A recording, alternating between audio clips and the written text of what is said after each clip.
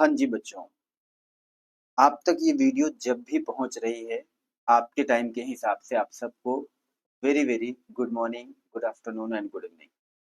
मैं mister commerce वाला, आपके इस यूट्यूब चैनल मिस्टर कॉमर्स वाला क्लास 11th एंड 12th। मैं एक बार आपको बताना चाहता हूँ कि इससे पहले इस यूट्यूब चैनल का नाम मिस्टर फाउंडेशन वाला था। मुझे लगा कि क्लास 11th और 12th के यूट्यूब चैनल का नाम मिस्टर फाउंडेशन वाला रख दें, बेटर होगा। बट बहुत सारे बच्चों ने कहा कि सर थोड़ा कंफ्यूजन है, मिस्टर फाउंडेशन वाला और मिस्टर कॉमर्स वाला दोनों अलग हैं या एक ही है। तो पहले क्या होता था कि मिस्टर कॉमर्स वाला सिर्फ सीए की क्लासेस के लिए था और मिस्टर फाउंडेशन वाला आप लोगों के लिए है, यानी क्लास 11th और 12th के अकाउंट्स, इकोनॉमिक्स और बीएसटी के लिए। तो ये कंफ्यूजन ना हो इसलिए हमने क्या किया है कि मिस्टर कॉमर्स वाला यूट्यूब चैनल दो है। एक है मिस्टर कॉमर्स वाला फॉर सीए क्लासेस और दूसरा है मिस्टर कॉमर्स वाला for 11th and 12th। I hope दोनों में आपको दिखेगा, यहाँ पर आपकी स्क्रीन पे भी दिख रहा होगा कि दोनों का क्या नाम है। और आप लोग अभी जिस चैनल पे देख रहे हो ये है मिस्टर कॉमर्स वाला क्लास 11th एंड 12th। तो आज का लेक्चर जो क्लास 11th के लिए है बच्चों, आपको मैंने लास्ट लेक्चर में अब तक यूट्यूब पे सिर्फ 2 ही लेक्चर अकाउंट के डाले हैं।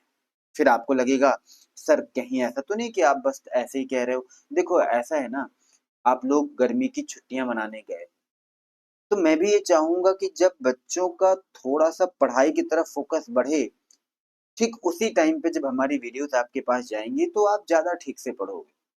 और अभी वीडियोस दे करके फिर आप पढ़ोगे भी नहीं, तो मैं थोड़ा सा स्लो हूँ। यानी एक हफ्ते में 1-2 वीडियो डाल दिया जानबूझ करके बस।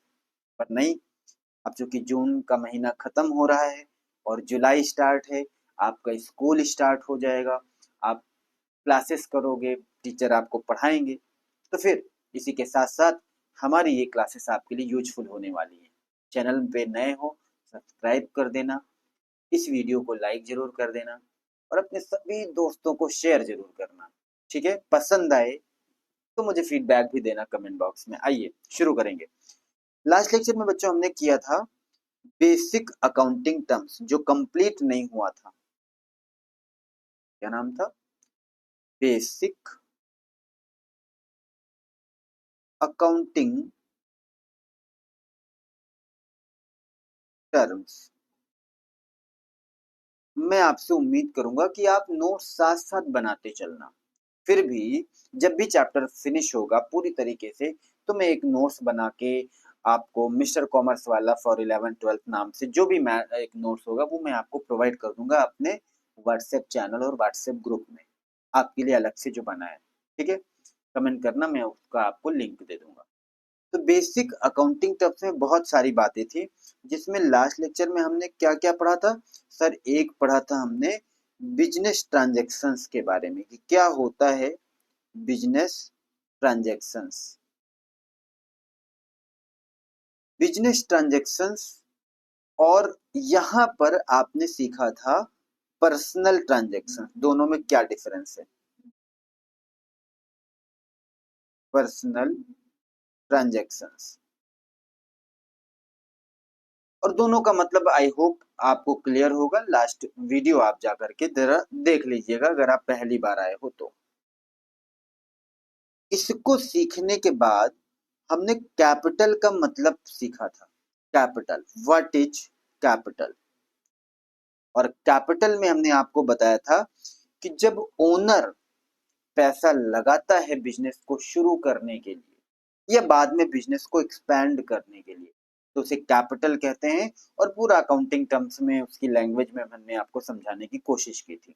ठीक है, अभी क्या है, अब अगला जो अकाउंटिंग टर्म्स आने वाला है, यहां से आप लोग लिखना शुरू करना। उसका नाम है ड्राइंग।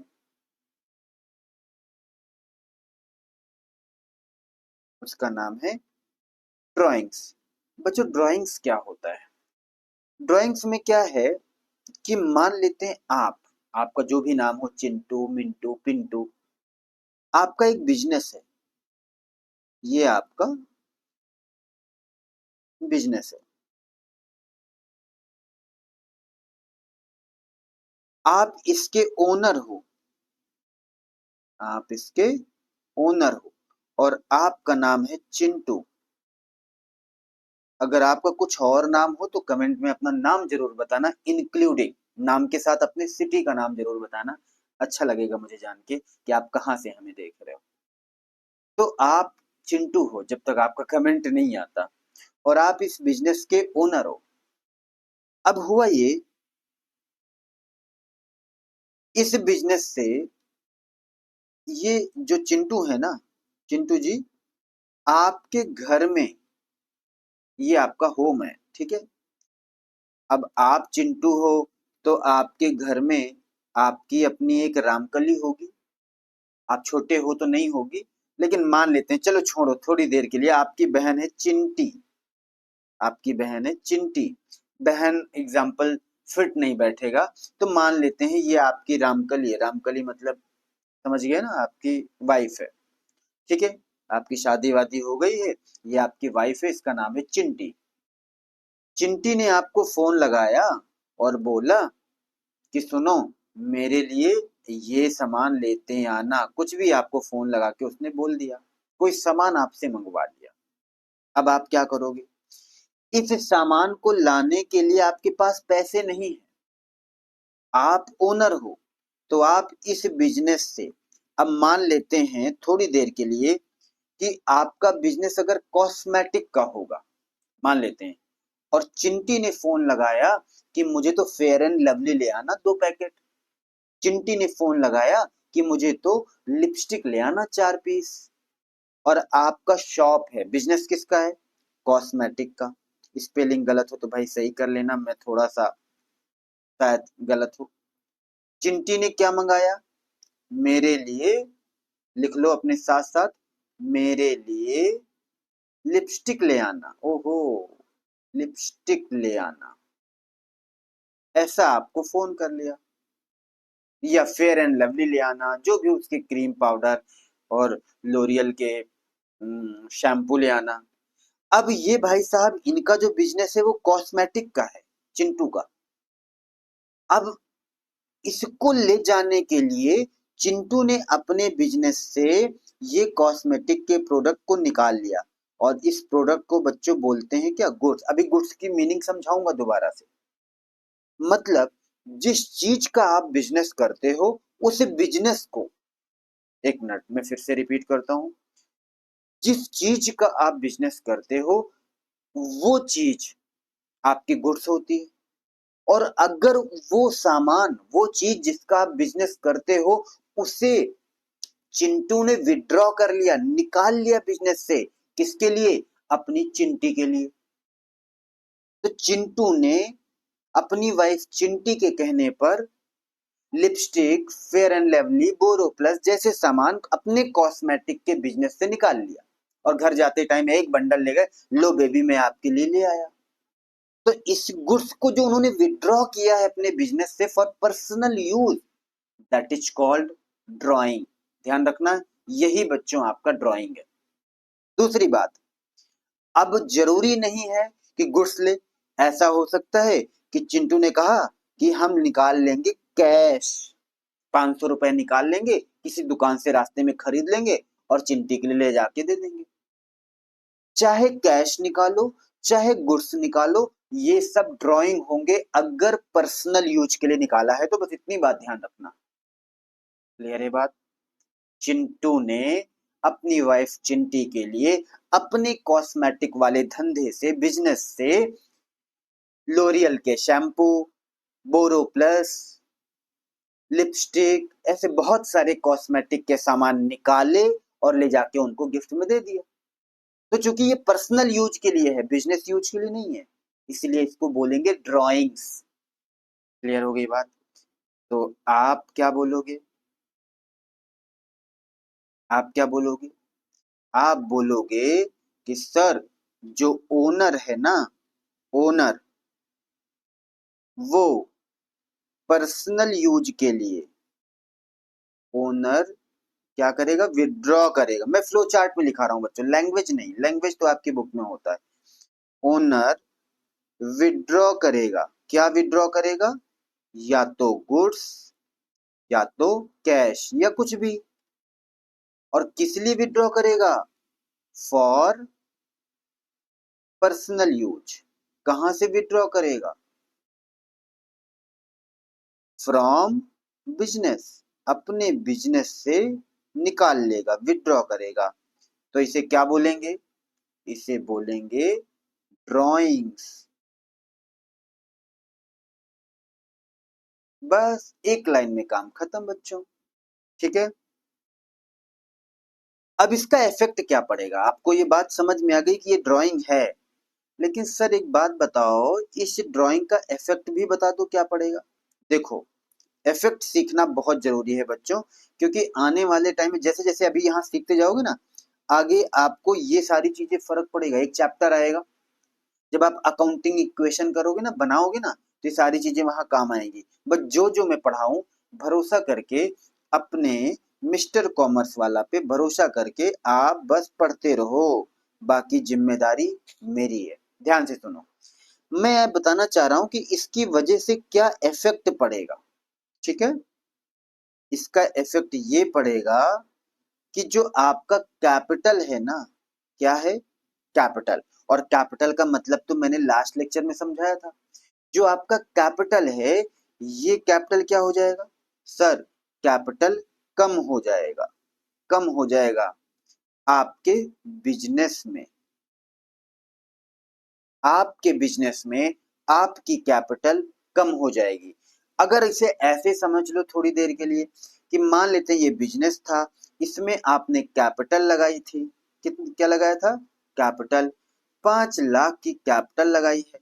अब अगर इसमें से आपने विड्रॉ किया, यानी ड्राइंग कर दिया, ड्राइंग का मतलब बिजनेस यूज के लिए नहीं, पर्सनल यूज के लिए, मान लेते हैं 50,000 की वैल्यू का सामान निकाल लिया, तो आप बताओ क्या अब आपकी कैपिटल 50,000 मानी जाएगी? नहीं सर, आपने, सॉरी, 5 लाख रुपए लगाए थे, लेकिन 50,000 पर्सनल यूज के लिए, बीवी के लिए, बहन के लिए, भाई के लिए, किसी के भी लिए निकाला, पर निकाला ना। तो अब आपकी जो कैपिटल होगी, वो 5 लाख में से 50,000 माइनस हो जाएगी, यानी कि कितना बचेगा? 4,50,000 की कैपिटल बचेगी। यही बात मैं आपको समझाना चाह रहा था। ठीक है, जितना लगाया उसी से अपने पर्सनल यूज के लिए निकाल लिया कुछ, तो कम हो जाएगा ना। ये देखो, तो क्या इफेक्ट पड़ेगा बच्चों? कैपिटल कम हो जाएगी। ये बात ध्यान रखना, आगे हम बहुत आसानी से आपको ये बातें यूज में आएंगी। अगर आपको ड्राइंग समझ में आ गया, तो अब हमारा अगला टॉपिक है असेट्स। आप इसे अच्छे से अपने नोट्स में लिखना, क्योंकि बहुत आसान होगा रिवाइज करना। ठीक है, एक सेकेंड के लिए बच्चों रुकना। ये स्क्रीन आपकी कुछ गड़बड़ कर रही है, मैं इसका स्क्रीन ठीक कर दूं। ठीक है, स्क्रीन हमें रिकनेक्ट करना पड़ेगा, शायद कोई इशू आ गया है। बस आप मुझे 1 मिनट का टाइम दो बच्चों।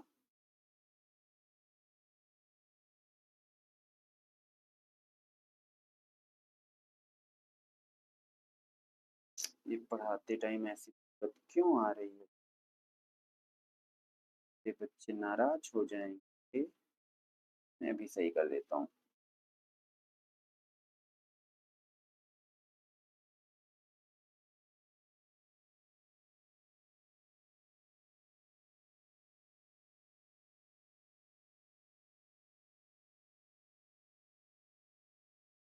कुछ नेटवर्क एरर होता है कई बार, इसकी वजह से क्या हो जाता है ना, कि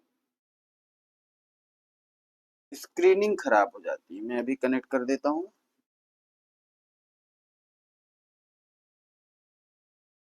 इंटरनेट इश्यू है लग रहा है।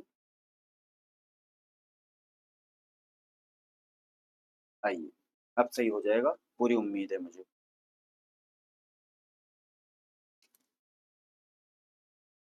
हाँ जी, सही हो गया। अब हम आते हैं अपने स्क्रीन पे। आ गया? हाँ जी, आ गया। कैसे नहीं आएगा? आएगा, आएगा। चलो, तो बच्चों क्या कर रहे थे हम? कैपिटल। कैपिटल सॉरी, अब हम क्या पढ़ने वाले हैं? असेट्स। तो आप भी ऐसे ही हेडिंग बना लेना, असेट्स। अब आपको असेट का मतलब समझना है, क्या होता है एसेट। आप अगर सिंपली बोलो तो ये एक बिजनेस की वैल्यूएबल प्रॉपर्टी होती है। क्या होती है? वैल्यूएबल प्रॉपर्टी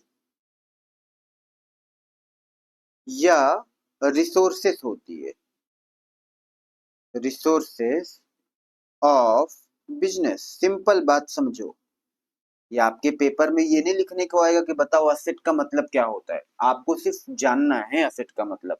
लिखने के लिए तो क्वेश्चन आएंगे ना, वो तो हम कराएंगे धीरे धीरे। अब देखो बच्चों क्या होता है, मैं अगर एग्जाम्पल लूं, समझना।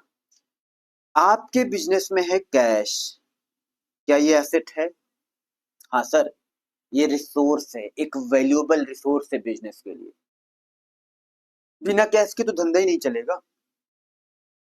तो ऐसी चीजें जो हमारे बिजनेस को रन करने में हेल्प कर रही हैं, हेल्प तो बहुत सारी चीजें करती हैं, पर फिर भी जो एक प्रॉपर्टी हो, एक वैल्यूएबल प्रॉपर्टी हो, रिसोर्स हो बिजनेस का। अब मैं अगर बात करूं आपसे फर्नीचर का, तो क्या फर्नीचर नहीं होगा तो काम नहीं चलेगा? हो सकता है जमीन पे बैठ के काम हो जाए, पर फिर भी आपके बिजनेस को रन करने में हेल्प कर रहा है। जैसे बिल्डिंग, बिल्डिंग नहीं होगी तो फिर दिक्कत आएगी कि नहीं आएगी? ये भी आपकी क्या है? असेट है। जैसे मैं आपसे कहूं सर मशीनरी, मशीनरी क्या है बच्चों? ये भी एसेट है। अब सवाल ये है कि ये जो एसेट है ना, अगर मैं इन्हें क्लासिफाई करूं असेट्स को, तो असेट्स हमारे दो टाइप के होते हैं बच्चों, ध्यान से समझना। एक को बोलते हैं करेंट असेट, एक को बोलते हैं करेंट असेट्स, और दूसरे को बोलते हैं फिक्स्ड असेट। अब धीरे धीरे आपकी अंडरस्टैंडिंग बिल्ड होगी, आपको थोड़ा सा टाइम देना पड़ेगा। अभी हो सकता है कि आपको बहुत सारी बातें कल के पढ़ते पढ़ते नहीं मिल जाएं, आपको नई चीजें सीखने को मिले असेट के बारे में, पर आज जितना जरूरी है उतना तो आना चाहिए आपको। करंट असेट का मतलब क्या होता है? एक तो हो गया, हमने समझाया आपको कि करंट असेट, दूसरा फिक्स्ड असेट। करंट का मतलब आज से रिलेटेड है, आसपास, ज्यादा टाइम के लिए नहीं है। और फिक्स्ड का मतलब ये लॉन्ग टर्म हो सकता है, हाँ या ना?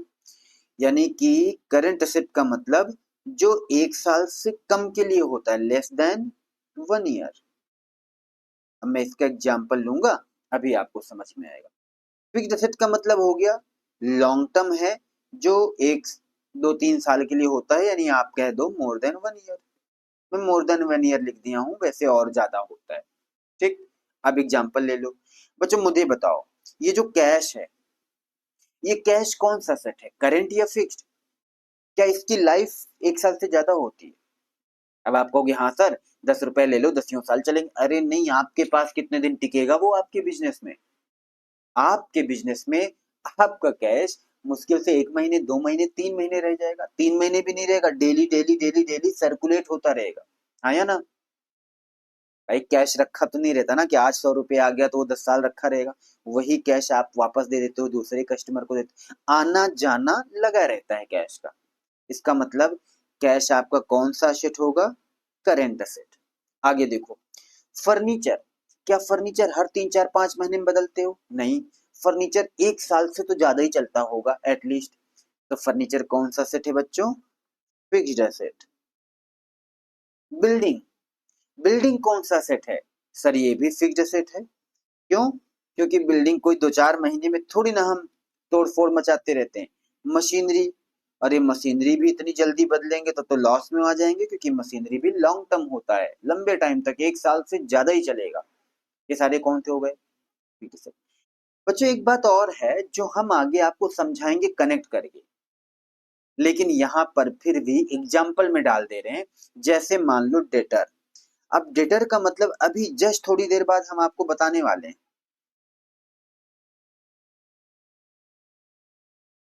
ठीक है? डेटर भी हमारे लिए असेट है, लेकिन कौन सा असेट? Current asset. क्योंकि डेटर का मतलब वो होता है जिनसे हमें पैसा मिलना होता है, और जिनसे हमें पैसा मिलना होता है वो हमेशा मेरे पास नहीं होते, पैसा दे के निकल लेंगे। ये मानते हैं कि 2 से 3 महीने के अंदर हमें हमारा पैसा मिल जाएगा, और जब 2-3 महीने के अंदर हमारा पैसा मिल जाएगा तो आप बताओ हमारे लिए कौन है वो? Current asset. साल भर से ज्यादा का हम मान के नहीं चलते। हालांकि बहुत सारे दुष्ट शैतान नालायक हमारे उधार लेने वाले होते हैं, जो डेटर होते हैं, वो 2-2 साल पैसा ना दें तो वो हमारे लिए फिक्स्ड एसेट नहीं बन जाते। हम उनको मान लेते हैं कि हमारा पैसा डूब गया। धीरे धीरे हम आपको समझाएंगे। अभी आप डेटर को करंट एसेट समझ चुके होंगे। आइए बच्चों, अगर मैं एक लाइन में बोलूं तो असेट का मतलब यही होता है जो बिजनेस के पास है, जो बिजनेस के पास है। आप भी हिंदी लाइन क्यों लिखा रहा हूं, इंग्लिश वाले भी हिंदी लाइन लिख सकते हो, क्यों? क्योंकि आप पैदा तो भारत में हुए हो ना, आपको हिंदी तो आती है ना। तो जो बिजनेस के पास है और फ्यूचर में बेनिफिट देगा, क्या देगा? फ्यूचर बेनिफिट देगा। मतलब जो आज बिजनेस के पास है लेकिन इसका फ्यूचर में बेनिफिट मिलेगा। बिल्डिंग का फ्यूचर में बेनिफिट मिलता रहता है, फर्नीचर का बेनिफिट मिलता रहता है, लैंड का बेनिफिट मिलता रहता है, कैश का बेनिफिट रखा आज है लेकिन जब भी कुछ खरीदोगे तो बेनिफिट तो मिलेगा। तो जो आज बिजनेस के पास है और फ्यूचर बेनिफिट उससे मिलता है, दैट इज कॉल्ड असेट। ये मैंने अपने लैंग्वेज में आपको समझाया, एग्जाम्पल दिया। धीरे धीरे अभी आपको और समझ में आएगा। अब मैंने आपको यहाँ पर करेंट असेट का मतलब समझा दिया, फिक्स्ड असेट का मतलब समझा दिया। अब कुछ बातें और हैं जो आप कह सकते हो। जो असेट का क्लासिफिकेशन है ना, ये तो ड्यूरेबिलिटी के हिसाब से हुआ। अब एक क्लासिफिकेशन आपके असेट का कैसे होता है मैं समझाता हूं।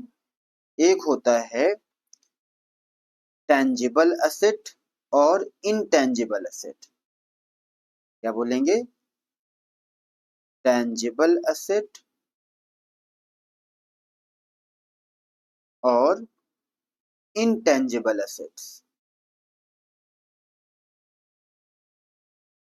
ठीक है। टेंजिबल नाम से आपको कंफर्म हो रहा होगा जिसे हम छू सकते हो, और इंटेंजिबल जिसे हम छू नहीं सकते। अब ऐसे आपको अगर समझाना पड़े तो क्या बोलोगे? ऐसे एसेट बताओ जिन्हें आप छू नहीं सकते हो। सर छूने वाले तो सब पता है, नहीं छूने वाले बताओ, जिन्हें जो एसेट तो हैं पर आप टच नहीं कर सकते। ठीक है, जिन्हें आप महसूस नहीं कर सकते। तो बच्चों अब कुछ नाम मैं आपके सामने लूंगा जिनको समझाने का टाइम अभी आएगा, लेकिन यहाँ आपको थोड़ा थोड़ा सा आइडिया देते चलता हूँ। जैसे एक होता है गुडविल। मुझे बताओ गुडविल का मतलब क्या है? रेपुटेशन। बिजनेस में काम करोगे, पसीना बहाएंगे लोग, तो उसकी एक रेपुटेशन बन जाती है, नाम बन जाता है। अभी जो नाम है ये छू सकते हो क्या? नहीं। तो इसलिए कौन सा एसेट है? इनटेंजिबल। पर सर इसका क्या फ्यूचर में बेनिफिट मिलेगा? बिल्कुल मिलेगा। गुडविल है तो कस्टमर आएंगे, यानी जो बिजनेस के पास है। सर कहाँ है, दिखाओ ना। अरे भाई है, आप परेशान मत हो, मैं आपको बिजनेस के पास होने वाले गुडविल को कैलकुलेट करके सिखाऊंगा। पर सर ये तो क्लास 12th में सिखाया गया है। कोई नहीं, आप कहोगे मैं पहले सिखा दूंगा थोड़ा बहुत, चिंता मत करो। आप कहोगे तो मैं पहले ही सब कुछ सिखा दूंगा, क्योंकि मेरा टारगेट सिर्फ आपको 11th सिखाना नहीं है। ये पढ़ते पढ़ते आपको सीए, सीएस या सीएमए जैसे कोर्सेज का फाउंडेशन भी तैयार करवा देना है। ठीक है, ध्यान से सुनो।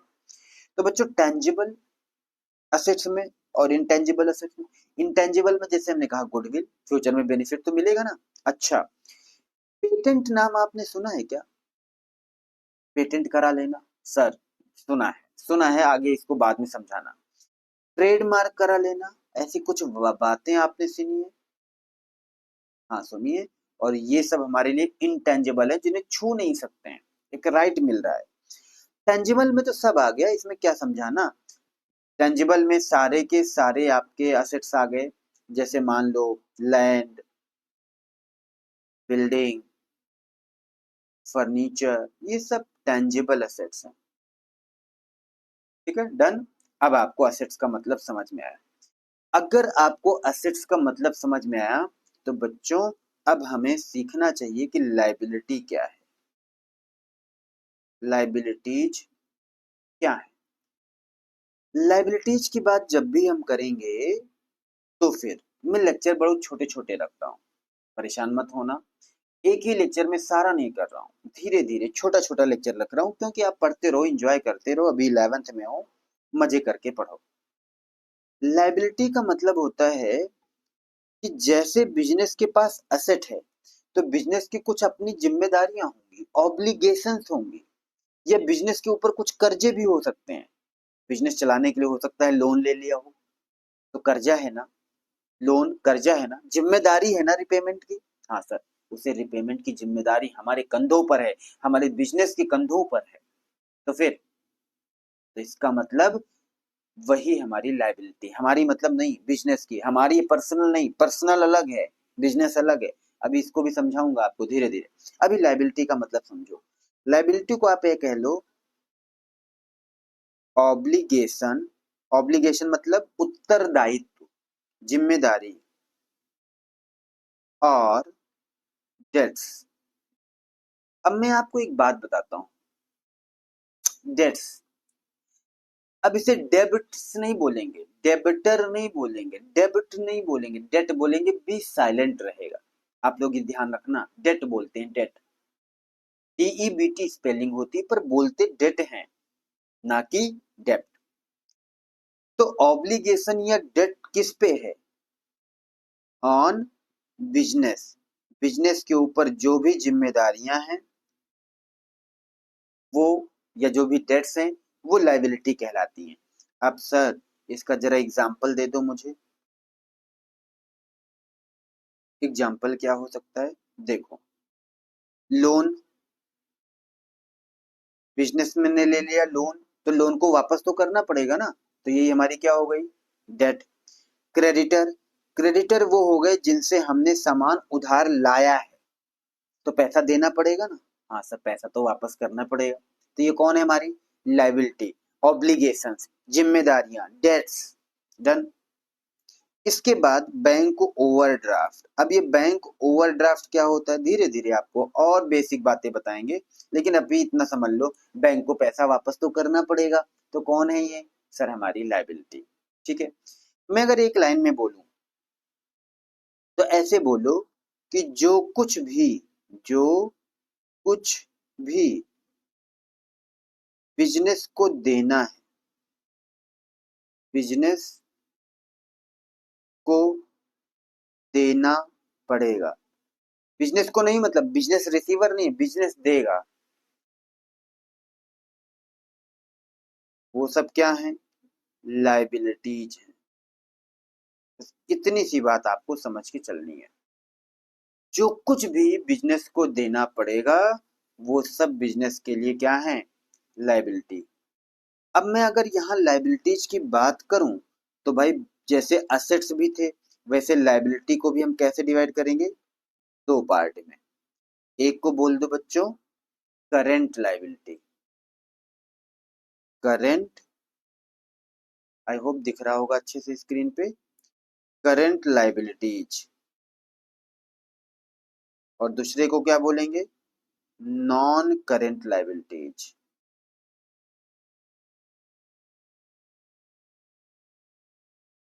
ठीक है, अब करेंट लायबिलिटी का मतलब जिसका पेमेंट हमें कब करना है? 1 साल के अंदर में।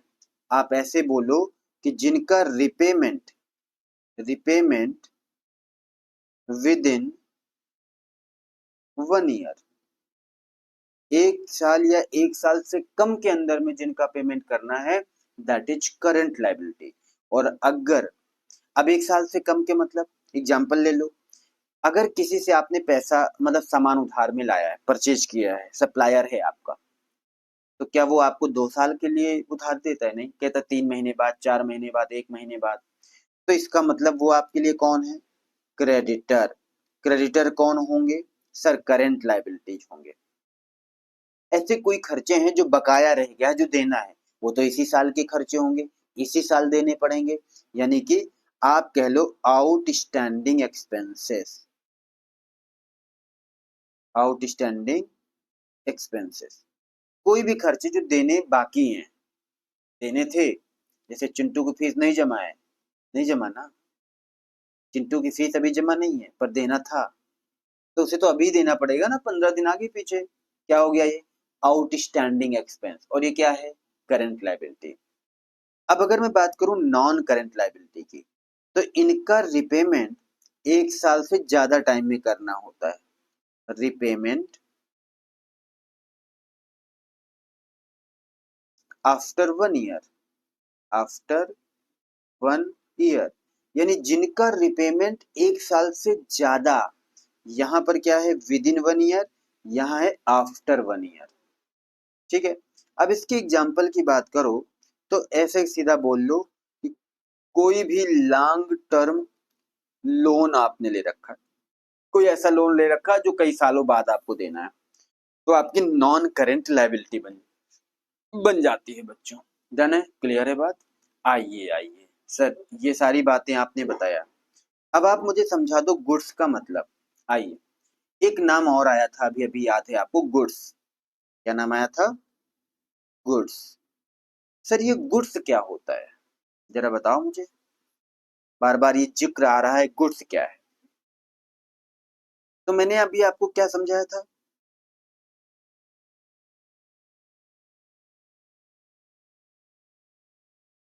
ये आपका बिजनेस है। क्या है? बिजनेस। तो जो भी आइटम, मैं फिर से कह रहा हूं, जो भी आइटम, यहां लिख दे रहा हूं आइटम्स, आप क्या कर रहे हो? परचेज कर रहे हो। कोई भी आइटम जो आप परचेज कर रहे हो, किस लिए परचेज कर रहे हो? सेल करने के लिए। Purchase for sale. ठीक।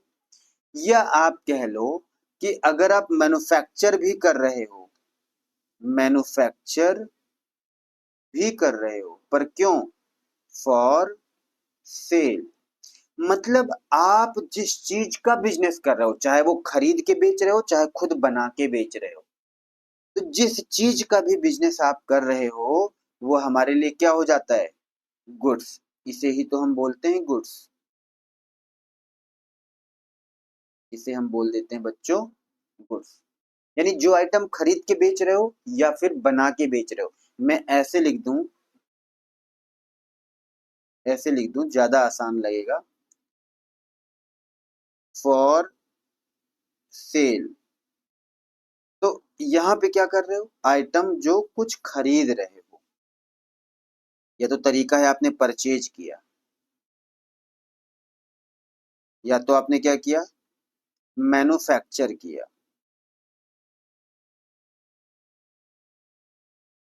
आइटम्स जो आप परचेज कर रहे हो या फिर मैन्युफैक्चर कर रहे हो for sale, that is called goods. अब अगर एग्जाम्पल ले लूं, एग्जाम्पल में अब आप मुझे जवाब देना। मान लेते हैं आपका मोबाइल शॉप है, मोबाइल शॉप। तो मुझे बताओ मोबाइल शॉप के लिए जो आपका मोबाइल है, क्या यही गुड्स हो जाएगा? क्योंकि आपका धंधा है मोबाइल बेचना, तो मोबाइल ही आपका क्या होगा? गुड्स होगा। अब अगर मैं और एग्जांपल ले लूं, मान लेते हैं कारपेंटर है, कोई भी कारपेंटर है। अब आप बताओ कारपेंटर के लिए जो फर्नीचर है वो क्या होगा? सर ये उसका गुड्स होगा, ये उसका गुड्स होगा।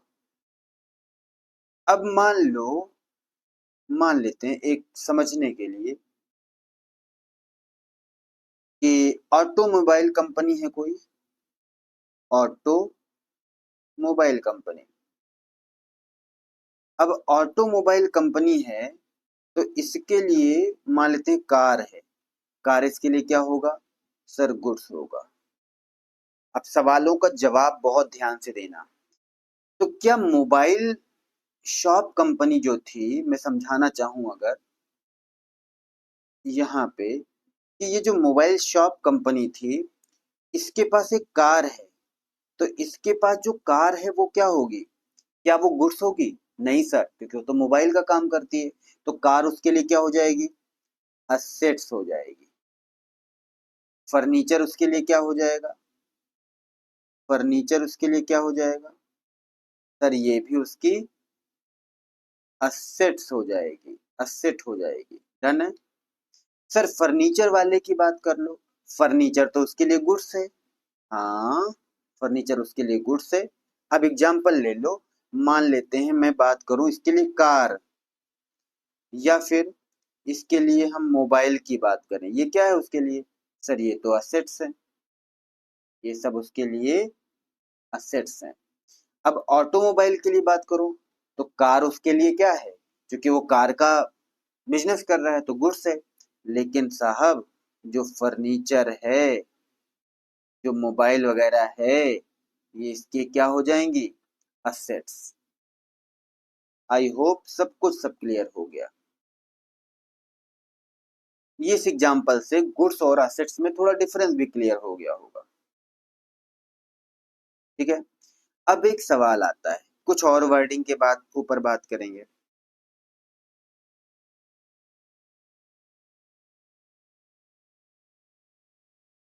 हम स्टॉक क्या होता है? स्टॉक, ये भी आपको जानना जरूरी है।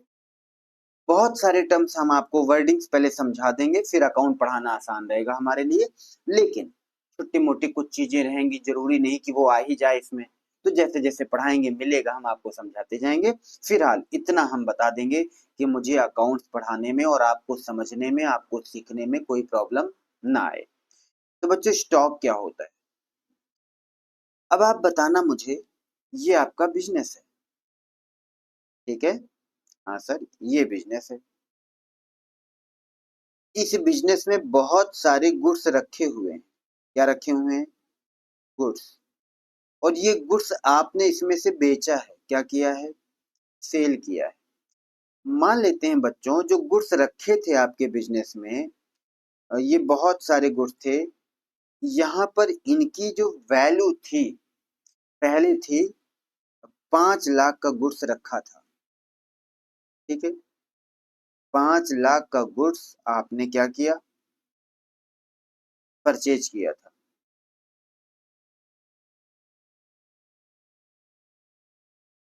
ये आपने किया परचेज, खरीद के लाया। 5 लाख का गुड्स आपने खरीदा। अच्छा, कुछ पुराने भी रखे थे, मान लेते हैं 5 लाख की जगह 50,000 का पुराना रखा था। पुराना रखा था, मतलब उसे हम बोल देंगे ओपनिंग स्टॉक। खैर अभी हम इतना बोल देते हैं, ओल्ड है ये, पुराना रखा था, ठीक है? बाकी ओपनिंग क्लोजिंग ये सब बातें हम बाद में करेंगे। अब मुझे बताओ, इन्हीं में से ऐसा हुआ कि 2 लाख का सेल हो गया, बिक गया। अब इसके पास कितना बचेगा?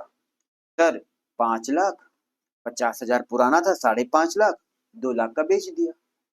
2 लाख जब चला गया 5.5 में से, तो अब कितना बचेगा? 3,50,000 रुपए। क्या मैं इसे ऐसे लिख दूं बच्चों? ये जो 3,50,000 है, इसे मैं लिख दूं अनसोल्ड गुड्स। अनसोल्ड गुड्स, इसे मैं लिख दूंगा अनसोल्ड गुड्स, ऐसा गुड्स जो बिका ही नहीं है। और जो गुड्स बिका नहीं है ना बच्चों, इसी गुड्स को बोलते हैं स्टॉक। स्टॉक जो बिका नहीं है, जो बचा रह गया, वही आपका होता है स्टॉक। क्या बात समझ में आई? तो आप ये कह सकते हो कि unsold goods, unsold goods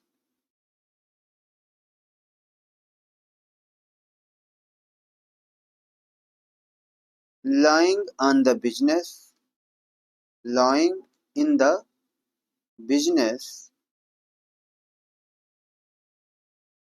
at the end of accounting period. अब आप कहोगे सर अकाउंटिंग पीरियड क्या है? चिंता मत करो, अभी आएगा, अभी सब समझाएंगे। At the end of accounting period, तो इसे क्या बोलेंगे? इसे ही बोलेंगे हम स्टॉक।